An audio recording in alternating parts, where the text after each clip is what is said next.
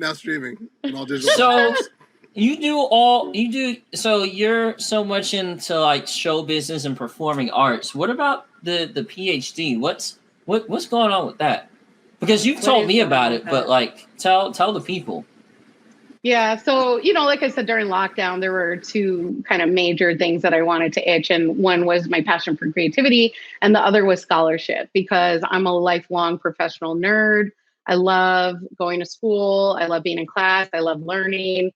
And that doesn't need to happen in these formal educational settings. And I want to challenge white supremacy culture that says it should. However, I think for some people, these institutions can be really meaningful. And one of the things that I've tried to do throughout my career is kind of like decolonize higher education and imagine what would it look like if these systems that were designed to exclude us purposefully were reimagined from an inclusive place where we belonged and we were part of it. So for me, there's always something really radical about my pursuit of education, because like, again, these spaces weren't designed with people like me in mind.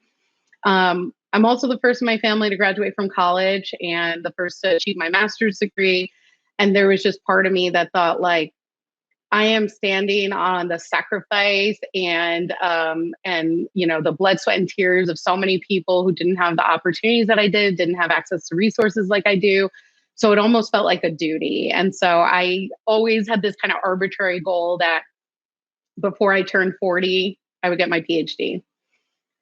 When we first went into lockdown, I was 35. Like, if I'm going to do this, probably started soon. And so at that time, I was just researching programs. I had no intention of applying yet, but I was just looking at what this could look like. And as I went through that process, I discovered this program that really spoke to me. And so I'm currently studying a PhD in education and leadership. And my focus is on destigmatizing and decolonizing mental health care for Black men. And I've always done a lot of work in men and masculinities. I feel really passionately that if we support our boys and men socializing in ways that are authentic to them, instead of insisting on these very narrow ideas of what it means to be a boy and a man, like, everyone wins, right? Because ultimately, nobody fits in the narrow confines of what society calls masculinity. And so, leaving room for all the like messy and in between. And then, I think there was that spring where, of course, we have seen throughout our entire lifetimes and throughout history, the systematic murder of Black and brown men and Black and brown bodies in general, right? But like, I think that time of being in lockdown for COVID and watching Ahmaud Arbery get gunned down, and then, you had George Floyd's murder and the way it kind of like revolutionized some of the conversations.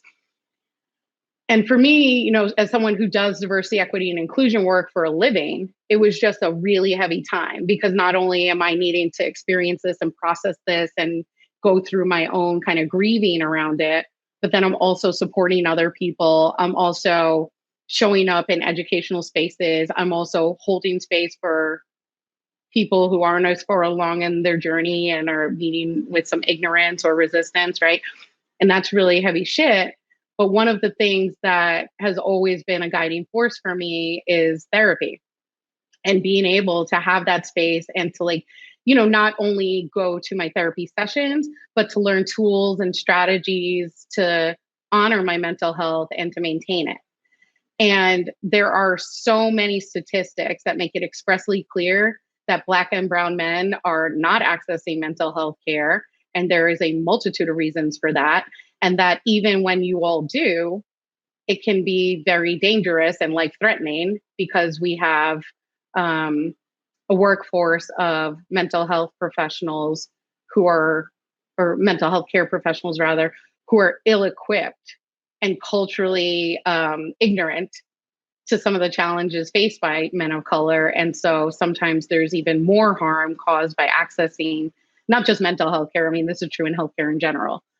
So for me, as I was thinking about my studies and what I wanted to focus on, I thought a way that I could contribute meaningfully to the conversation was to think about what would it look like if we did a better job supporting our Black men, not only having access to mental health care, which means taking away barriers like lack of insurance, on and underemployment, healthcare deserts around the country, so many of these factors, and then the cultural barriers, everything that says you shouldn't, or, the impact of like the institution of the church and how like, as a Christian, I know I grew up like, and it was about praying it away. And so there was this resistance to like formal healthcare.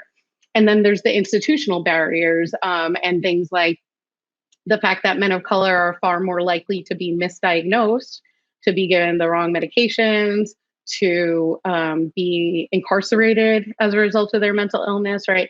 So for me, I thought, how could we create a space where Black men could try to process and heal from all of the trauma of existing as a Black man in this country without risking more trauma? I think the conversation has definitely changed, especially recently, in terms of mental health. Definitely in terms of race, which is hilarious to people of color. We're just like, oh, it took murder on camera to get you guys talking about how police brutality and, institutional racism is still kind of a problem in America. It hasn't gone anywhere. And we can give you a number of examples throughout history, but that's neither here nor there. But definitely mental health. We talk about it on the show. As somebody also who struggles with depression and anxiety, understanding that talking is important. It's very important. And, I feel like when you're a creative, it's even more important because, you've got this tremendous responsibility. You've got this talent and this gift, which just, and depression, anxiety doesn't go away. It's just there. Like, hey, remember me?